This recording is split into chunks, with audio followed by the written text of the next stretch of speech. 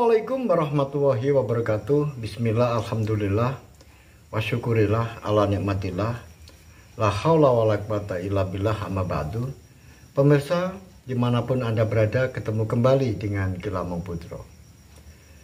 Pemirsa, dimanapun Anda berada, saya akan melanjutkan keterangan-keterangan saya tentang Menak Jinggo, Pangeran Majapahit yang dikuyok-kuyok. Pemirsa, di kesempatan yang lalu dijelaskan bahwa Dyah Kusuma Wardhani saking kepinginnya ketemu dengan suaminya, yaitu Raden Noropadyo, yang sudah jelas disekap oleh Emban Rogoweni dan kelompoknya, maka sungguh merupakan simalakama bagi Kusuma Wardhani. Karena apabila membocorkan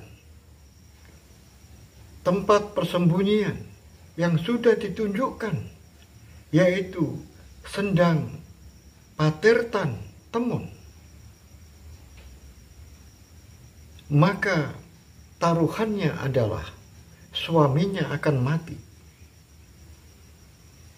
Oleh sebab itu, dengan tekad yang bulat, walaupun kegelapan malam, dan ditempuhnya dengan berjalan kaki, maka demi cintanya kepada Raden Noropadyo, maka Dyah Kusuma Wardhani menempuh perjalanan malam dengan berjalan kaki seorang diri. Maka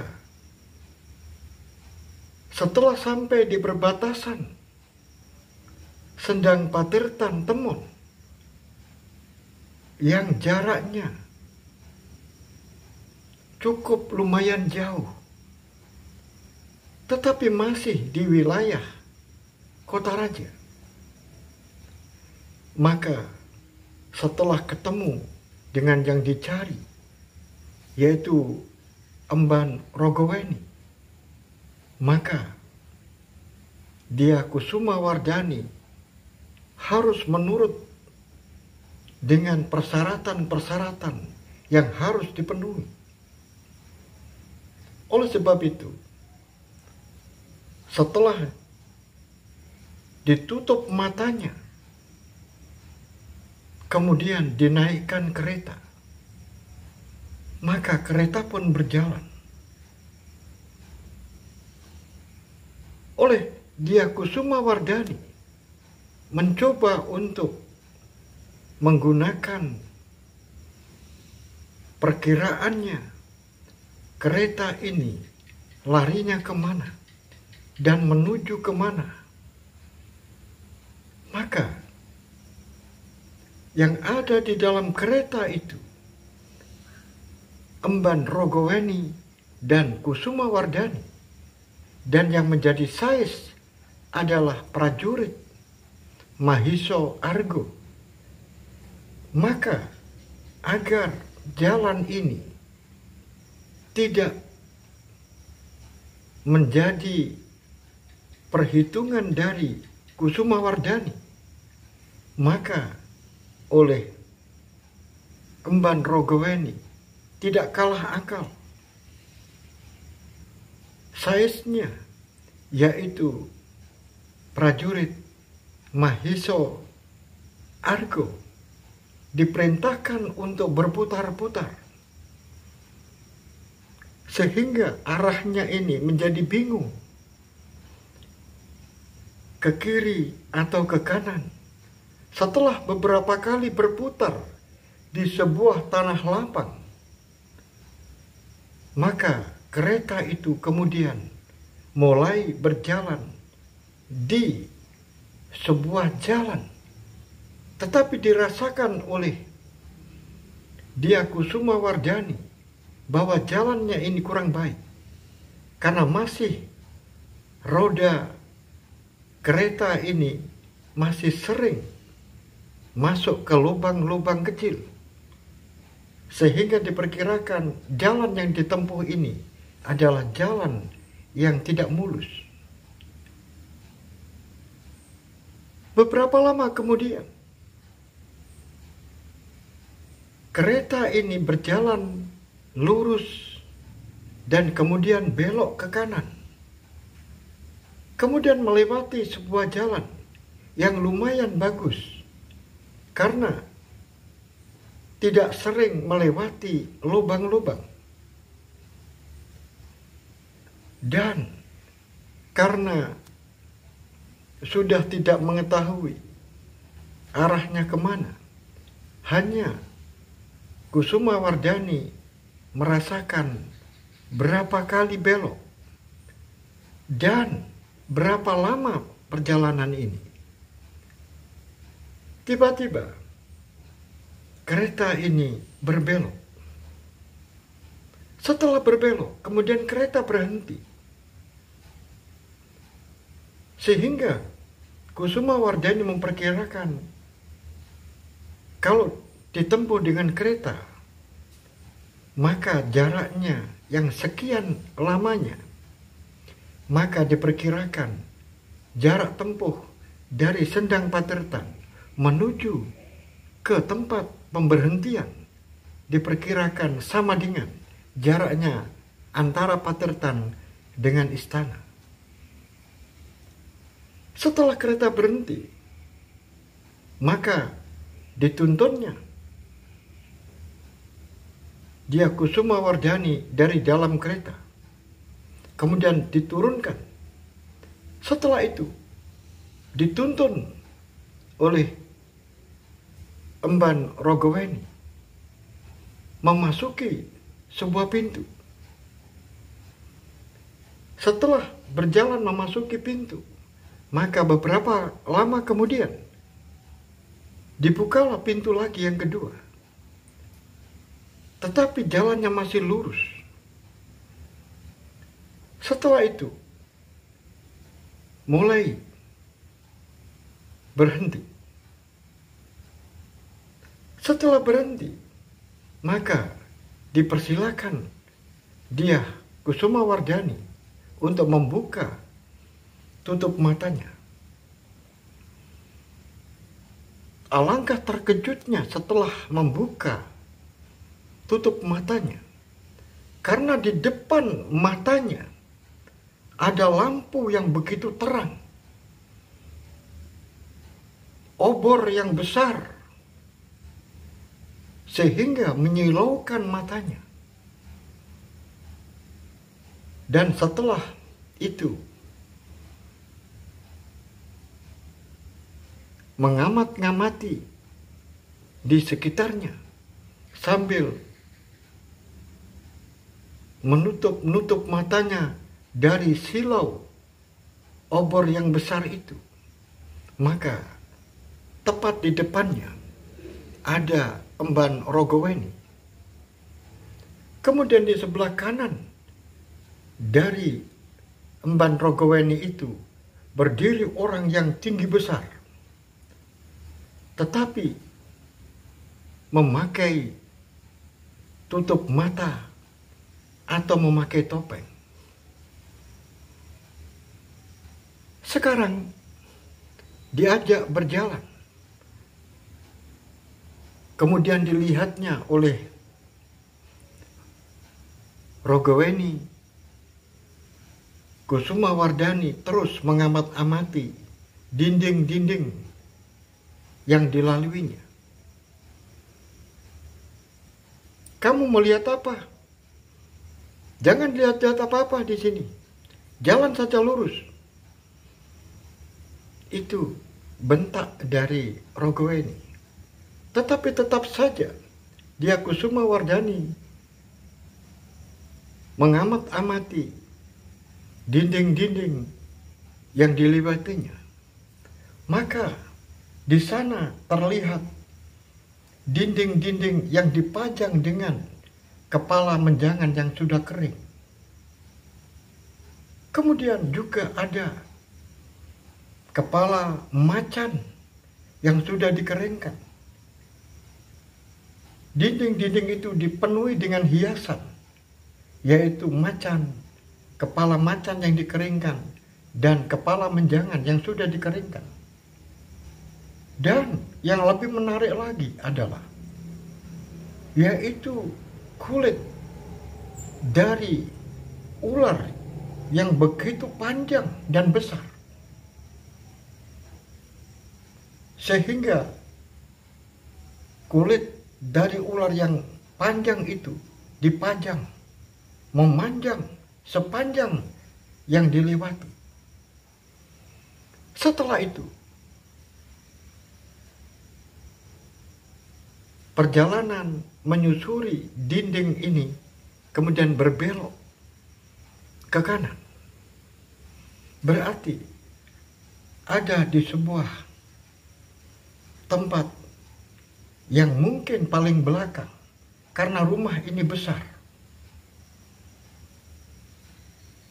Setelah itu, dilihatnya ada seseorang yang kakinya dirantai di sebuah tiang dan tangan-tangannya pun dirantai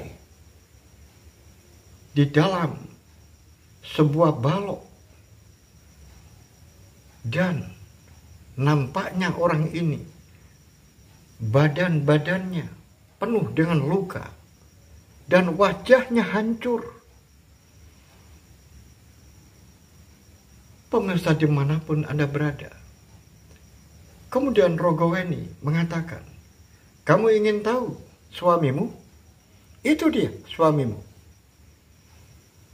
Betapa terkejutnya Diakusumawardhani melihat suaminya yang diborgol dan dirantai di sebuah balok yang kuat, dan tangannya pun dirantai begitu kuat sehingga Raden Noropadyo benar-benar tidak berdaya. Kemudian prajurit-prajurit, orang-orang yang menjaga, dihitung ada 7 orang. Dan semuanya badannya besar-besar, dengan pedang yang telanjang, terhunus. Maka begitu mengetahui suaminya dalam keadaan seperti itu, maka Diakusumawardhani langsung menjerit sekencang-kencangnya dan langsung merangkul suaminya, menangis sejadi-jadinya. Oleh Rogoweni dibiarkan.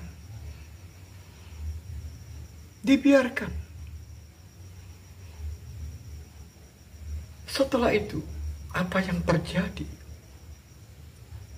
Luapan emosi yang begitu kuat oleh Diakusumawardhani langsung menghambur, mengejar Rogoweni.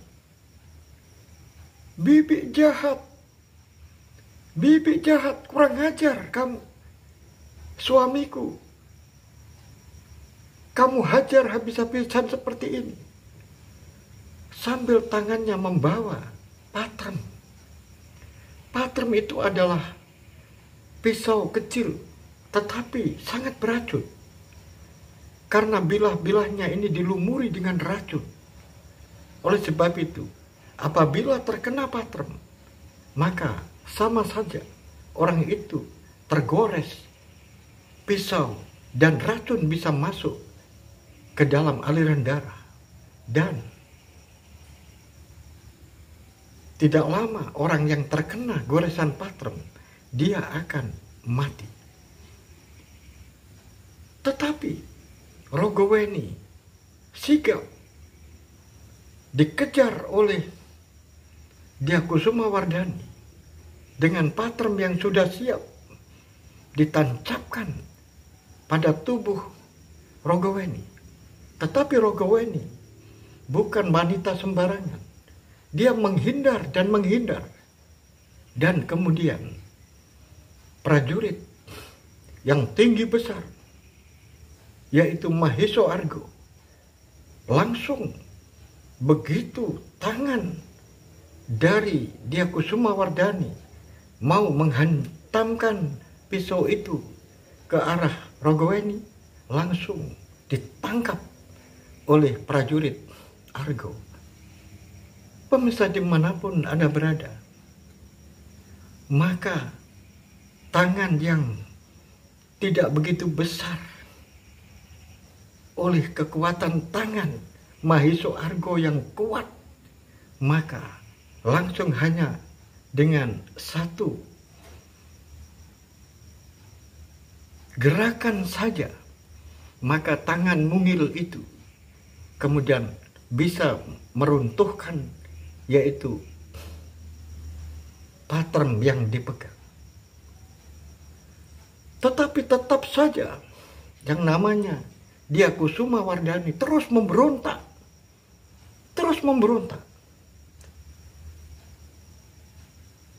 Setelah itu, apa yang terjadi? Ditangkap oleh Mahesa Arga. Begitu setelah ditangkap oleh Mahesa Arga dan pukulan bertubi-tubi oleh emban Rogoweni tertuju kepada perut dari Dyah Kusumawardhani. Dyah Kusumawardhani meradang, memaki-maki emban Rogoweni, dan akhirnya tendangan maut Rogoweni mengenai tepat di dadanya Dyah Kusumawardhani, sehingga Dyah Kusumawardhani lemes, ambruk, dan dibiarkan begitu saja. Pemirsa dimanapun Anda berada, sungguh kejam. Dan mengetahui istrinya tergeletak seperti itu, Raden Noropadio berusaha keras untuk berontak. Tetapi apa artinya? Semakin dia berontak, maka tangannya semakin berdarah dan kakinya pun semakin berdarah. Pemirsa dimanapun Anda berada, akhirnya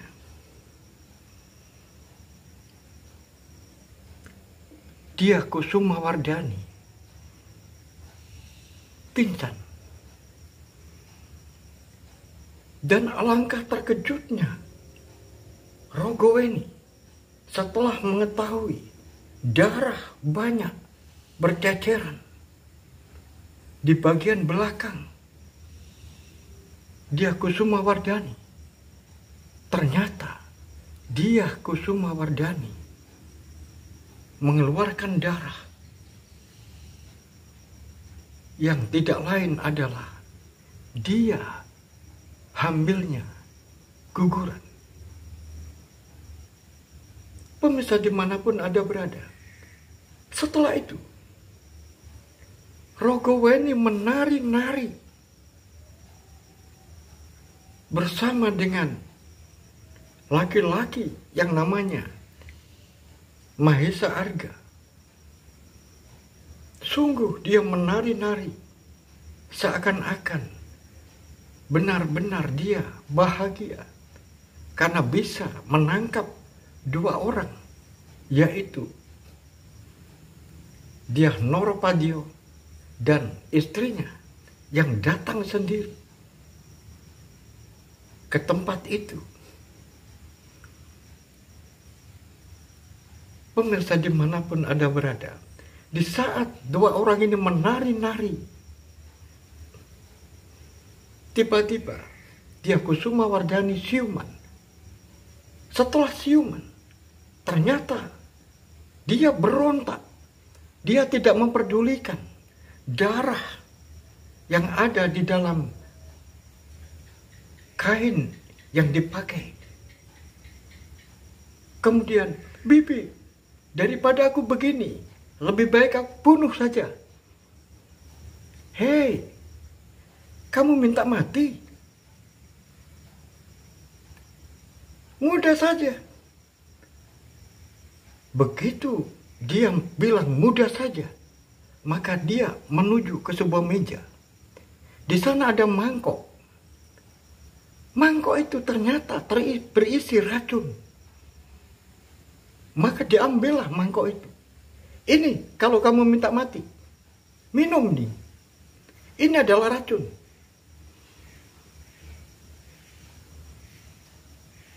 Kamu minta mati, minum saja racun ini. Pemirsa dimanapun Anda berada, Rogoweni yang menakut-nakuti, menyuguhkan racun itu. Ternyata mangkok yang berisi racun itu langsung direbutnya oleh Dyah Kusumawardhani dan berhasil. Kemudian mangkok yang berisi racun itu diminum oleh Dyah Kusumawardhani dan langsung lari menuju ke suaminya. Dan dia merangkul suaminya dengan kencang setelah minum racun itu. Dan Raden Noropadio menangisi istrinya yang sedang merangkul dirinya. Dan kemudian mangkok itu diambil oleh Raden Noropadio dan langsung sisa racun yang ada di dalam mangkok itu dia minum sekalian. Wahai istriku, kamu akan aku temani di alam sana. Kita mati bersama. Jangan khawatir. Setelah itu, pemirsa dimanapun Anda berada, Dyah Kusumawardhani sudah lemas, sudah tidak berdaya dan pingsan. Langsung ambruk di bawah kaki suaminya. Pemirsa dimanapun Anda berada. Kemudian diperintahkan oleh Emban Rogoweni untuk menyeret Dyah Kusumawardhani. Tidak dibopong, diseret. Pemirsa dimanapun Anda berada, benar-benar sebuah peristiwa yang sangat sadis dan kejam. Dan Raden Noropadio setelah minum racun itu, kemudian dia sudah tidak bersuara lagi. Bahkan kepalanya sudah lemas. Kemudian Dyah Kusumawardhani dibawa ke suatu tempat. Kemudian segera dirawat, dibersihkan, dan kemudian segera diberikan obat penawar, yaitu penawar racun. Tujuannya adalah jangan sampai Dyah Kusumawardhani ini mati. Pemirsa dimanapun Anda berada, setelah beberapa saat dirawat, dibersihkan, dan dirapikan, dan sudah diberikan obat penawar racunnya, maka segera Kusumawardhani ini dinaikkan kereta dan dibawa ke istana kembali dengan jalur rahasia yang memang sudah dirancang sebelumnya. Tujuannya kemana?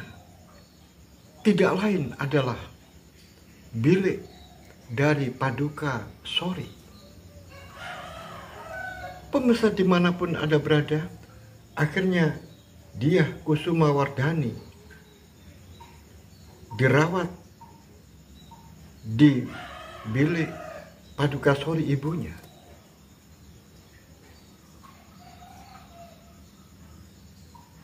Pemirsa dimanapun Anda berada, sebuah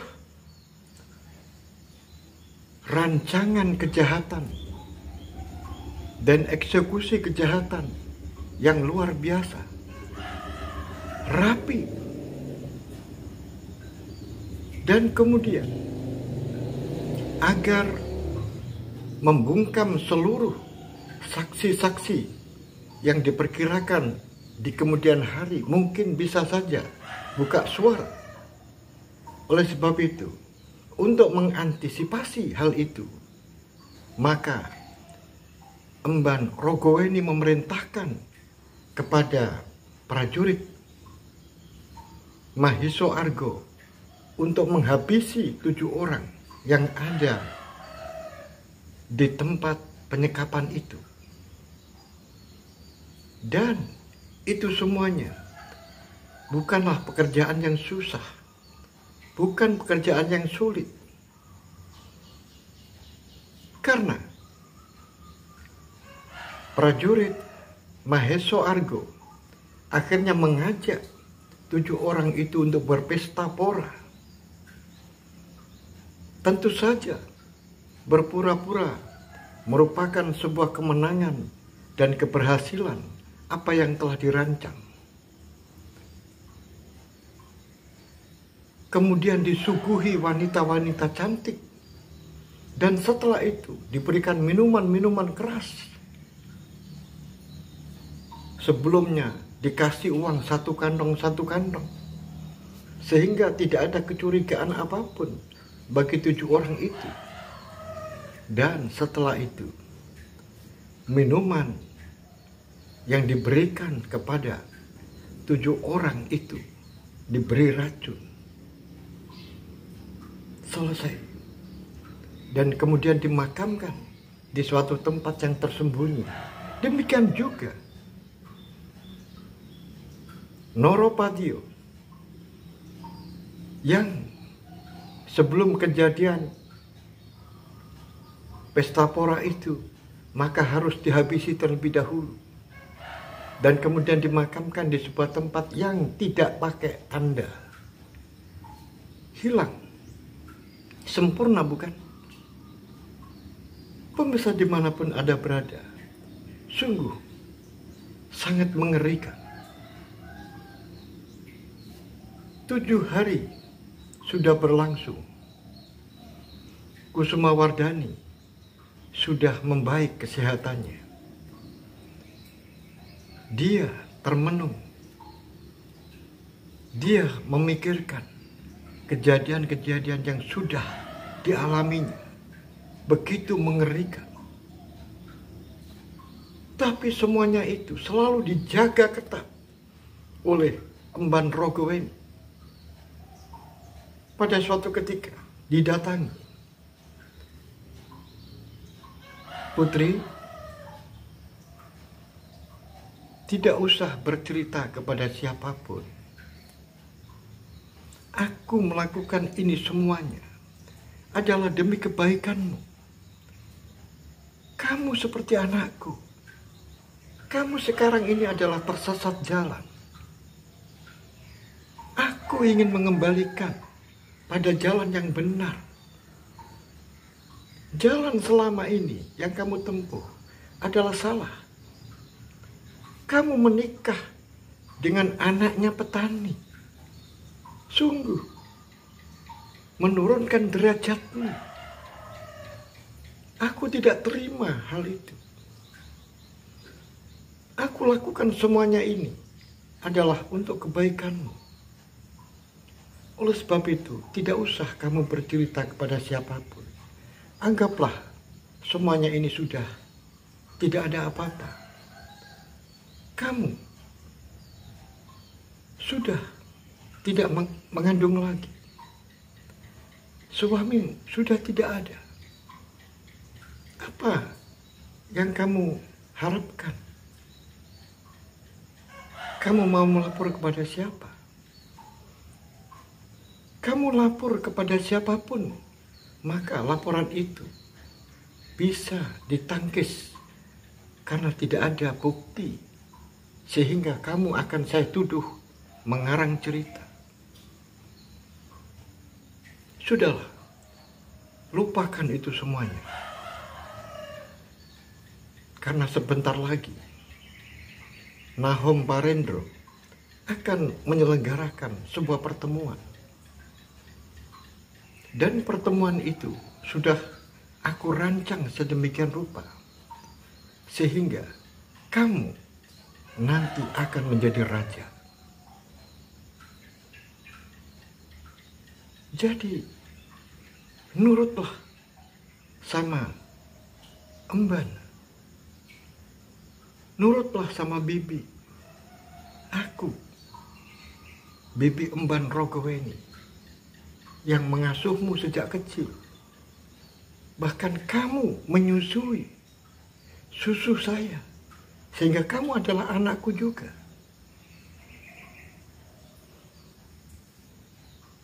Pemirsa dimanapun Anda berada, Diah Kusuma Wardani hanya bisa diam dan menundukkan kepala. Ternyata apa yang dipikirkan oleh Kusuma Wardani, dalam keputusasaan itu akhirnya dia menyerah.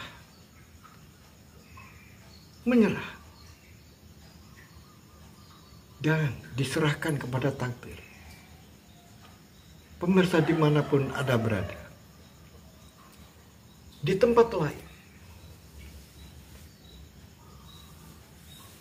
seorang Diah Madu Dewi, yaitu kakak dari Padukasori atau Sri Sudewi. Madu Dewi adalah anak pertama dari Diah Wiyat Rojo Dewi. Memang semula dia berpandangan demi memurnikan Rajasa Wangsa atau keturunan dari Rajasa, maka dia menentang apabila Raden Wirobumi diangkat menjadi raja sebagai pengganti dari Prabu Hayam Wuruk. Tetapi setelah kejadian pertemuan Pahom Narendro yang digagas oleh Empu Tanding dan ide-ide gagasan saat itu yang ingin membunuh Raden Noropadyo, ingin membunuh Bini Aji, ternyata semuanya terbukti. Akhirnya Madu Dewi berpikiran merubah arah pandangnya.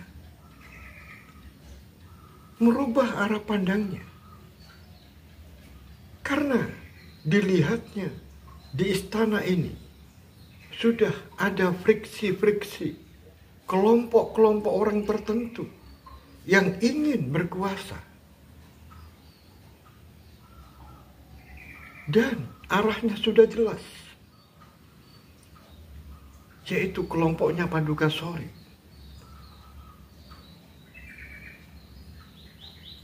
Dan mereka semuanya melakukan ingin berkuasa dengan berbagai macam cara ditempuh. Oleh sebab itu, Madu Dewi merasa memandang Raden Wirobumi adalah pantas untuk menggantikan kedudukan Prabu Hayam Wuruk. Pemirsa dimanapun Anda berada, kemudian Madu Dewi juga melihat tiba-tiba Emban Rogoweni kembali di istana tanpa ada beban. Hal ini menjadikan Madu Dewi sungguh tidak suka. Karena Emban Rogoweni sudah diputuskan oleh Prabu Hayam Wuruk agar tidak boleh berkeliaran di kota raja. Tapi sekarang justru malah kembali di istana. Oleh sebab itu Madu Dewi kemudian protes kepada ibunya, yaitu Diah Wiyat. Dia mendatangi ibunya dan memprotes agar Rogoweni harus diusir dari istana.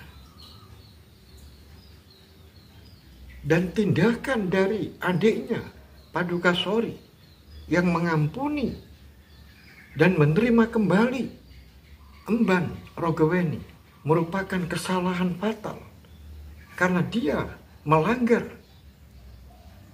Sabto Pendito Ratu. Sabto Pendito Ratu adalah undang-undang. Siapa yang melanggar ucapan yang telah ditetapkan oleh raja, berarti dia adalah menyalahi undang-undang. Tetapi apa jawaban dari Dyah Wiyat? Sudahlah, jangan dipermasalahkan hal itu. Jika Padukasori mengampuni emban Rogoweni, itu haknya dia. Karena dia sangat suka kepada emban Rogoweni. Dia adalah sahabat sejak kecil. Seakan-akan dia tidak bisa dipisahkan. Oleh sebab itu, jangan dipermasalahkan hal itu. Pemirsa dimanapun Anda berada, Madu Dewi hanya bisa menghela napas. Ternyata ibunya juga mendukung Padukasori. Pemirsa dimanapun Anda berada, sebentar lagi Pahom Narendro akan menyelenggarakan pertemuan. Tapi aneh, mengapa Gajah Enggon selaku Mahamantri Mukya, Rakrian Mahamantri Mukya, tidak dimintai pertimbangan, tidak diberitahu. Dan yang lebih aneh lagi, mengapa Raden Wirobumi yang mestinya adalah sebagai anggota secara otomatis, anggota Nahom Narendro, karena dia adalah anaknya Prabu Hayam Wuruk, tidak diberitahu, tidak diundang. Ada apa ini? Pemirsa dimanapun Anda berada, 15 hari sudah berjalan. Nahom Narendro akan digelar. Padukasori kemudian memanggil dua tokoh, yaitu Sang Arya Mandalika Laksamana Nala bersama dengan Wredur Mantri Empu Tanding. Padukasori memerintahkan untuk mensterilkan, menjaga dengan ketat pertemuan Nahom Narendro itu. Kemudian mengepung Istana Kanan, tempat di mana Prabu Hayam Wuruk dirawat. Tetapi itu hanya alasan untuk mensterilkan dari gangguan-gangguan yang ada di Istana Kanan. Tetapi sesungguhnya maksud yang sebenarnya adalah untuk memagar agar Bre Wirabumi bisa dipantau setiap saat agar tidak datang di Pahom Narendro. Dan apabila Raden Wirabumi itu mengamuk, maka mudah sekali untuk ditangkap dan diamankan. Pemirsa dimanapun Anda berada,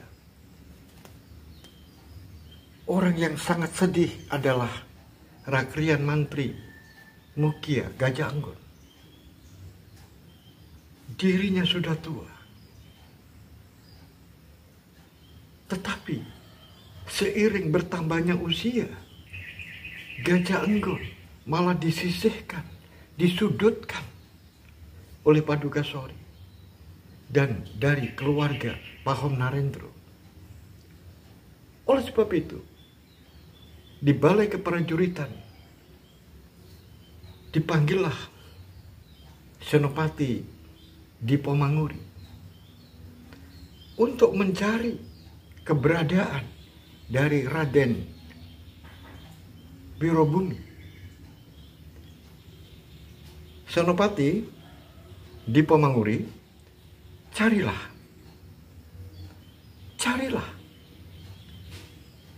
Raden Wirobumi. Kemudian bujuk dan ajaklah ke kepatihan. Karena aku khawatir saat terjadi pertemuan Pahom Narendra, karena dirinya merasa tidak diundang, merasa tidak diberitahu. Aku khawatir emosinya tidak terkendali. Aku khawatir kalau dia tiba-tiba melakukan pemberontakan. Dan itu sangat membahayakan diri dari Raden Wirobumi. Oleh sebab itu, selamatkan. Bawalah ke sini. Biar aku yang menangani. Pemirsa dimanapun Anda berada, Gajah Enggon sangat khawatir. Karena apa? Apabila Raden Wirobumi kemudian melakukan gerakan-gerakan walaupun itu hanya sedikit, maka dia akan fatal karena akan dituduh dengan makar. Oleh sebab itu, demi menjaga keselamatan dari Raden Wirobumi, maka oleh Rakrian Mantri Mukya diselamatkan, dibawa ke balai keprajuritan atau dibawa ke kepatihan. Pemirsa dimanapun Anda berada, sekarang rapat Pahom Narendra sudah dimulai. Seluruh istana dikepung dengan prajurit-prajurit untuk berjaga-jaga. Kemudian para anggota Pahom Narendra sudah berdatangan. Teratak Manguntur sudah dipersiapkan sebagai tempat pertemuan Pahom Narendra. Maka datanglah orang yang sudah tua usianya, yaitu Raden Cakradara, ayah dari Prabu Hayam Wuruk. Kemudian datang Raden Kudamerto Wijaya Rajasa bersama istrinya, yaitu Dyah Wiyat Rojodewi. Datang juga adik dari Prabu Hayam Wuruk. Kedua-duanya hadir, yaitu Dyah Nirtaja Rajasa Dewi Teswari yang didampingi oleh Raden Sumana atau Singowardono, suaminya. Kemudian adiknya lagi, yaitu Dyah Nirtaja Rajasa Dewi Tendu Dewi yang didampingi oleh Raden Melarang, suaminya. Dan saudara sepupu Prabu Hayam Wuruk, yaitu Dyah Madu Dewi yang didampingi oleh Raden Metaun, suaminya, juga sudah hadir. Dan di sana juga sudah duduk Dyah Kusuma Wardani, putri satu-satunya dari Prabu Hayam Wuruk. Dan tentu Paduka Sori permaisuri juga sudah duduk di tempatnya. Dan satu lagi, anak muda yang tampan, yaitu Raden Wikrama Wardana, yaitu putra dari Dyah Nirtaja Rajasa Dwi Teswari. Ada 12 orang yang sudah berkumpul. Tapi luar biasa, ada pandangan yang tidak biasa. Emban Rogoweni, dia mendapatkan kursi duduk di belakang Paduka Sori.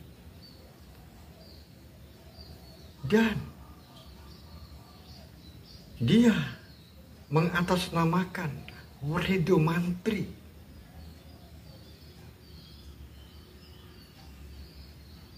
Temenggung Wredo Mantri, Temenggung senior, dengan gelar Temenggung Wredo Rogomas. Luar biasa. Pemandangan yang tidak biasa. Tetapi ada satu kursi yang kosong. Kursi itu adalah kursi Bre Wirabumi atau Raden Notorojo. Belum ditempati. Karena memang tidak diundang.